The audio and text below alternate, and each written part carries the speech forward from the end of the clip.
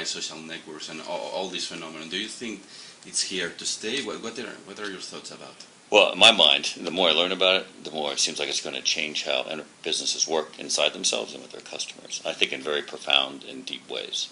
That's what I think. And we look at it, there's really three pieces that we see when you talk social today. One is what people are saying about you out there, and what do you decide you want to do about it? Do you want to react or not? And you have to react. If it's a tweet, you got to react like almost instantaneously, which is very different than the way some businesses are used to reacting to public opinion and people, things saying about them. The second piece is, how do you connect to customers, and not just customers but prospects. And I think that's a place where we're going to see a sea change in how a lot of businesses operate and try to reach their customers. And I think that's a place that we're going to see a lot of innovation and change over the next 5 to 10 years. And then a third piece is like how to use this stuff inside your company to make you more productive, connect people, so you can actually be smarter with your customers and amongst yourselves, right? And for us, that's going to be fundamental, I think, to how we can be a better company, because we're so big. We're so big now that picking up the phone or email just doesn't work. There's 34,000 people in just the wholesale part of our company. Right? These tools are going to be helping us connect people better together than they ever have before. The interesting part to me about this stuff is that when we find the biggest reactions to customers and inside the company, sometimes it's less about like talking specifically about a product, but more about who somebody is.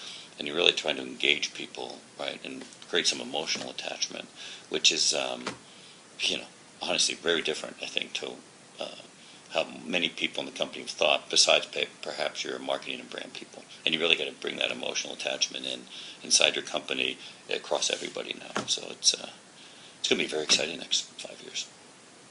Okay.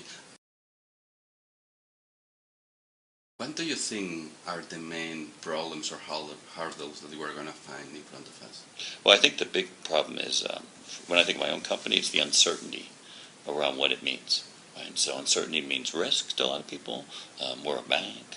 People tend to be risk averse in bank, but to me it's about risk management. So one is getting people to get it a little bit, and the only way you can get people to get it is you have to show them things. You can't just talk about it. The second is you got to get people to believe. Right? So you can, and I think my company, if you don't have 2 or 3 people who are really passionate about it, senior people who are passionate about it, who are going to help drive that change in the company, then you're not going to make it, right?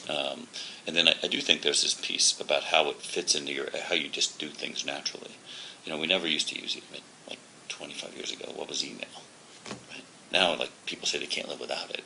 But the reality is, maybe email's day is peaked, and it's time to move to these other ways of communication. So I think there's a lot of challenges, but the world's moving pretty fast, and I think people are going to find you're going to have to respond pretty quickly to these challenges. You're going to get left behind. Okay. And on the other side, what do you think the main benefits are going to be? Well, I just think, when I think inside the company, the main benefits are I don't have to build very complex applications to help people that people have to get enrolled in before they can connect. They can actually connect themselves to people they need to, just very informally, which to me is unbelievably powerful, particularly in a large company. So that to me is, I can't tell you how important I think that is.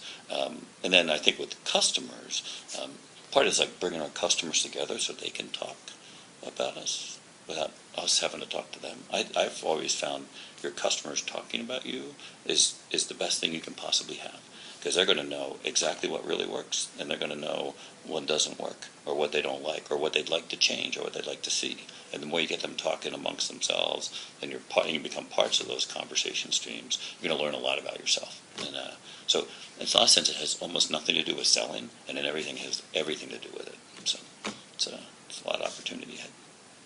Thank you very, very much, Steve. We really appreciate it. Hey, thank you. Been a great meeting. Thank you.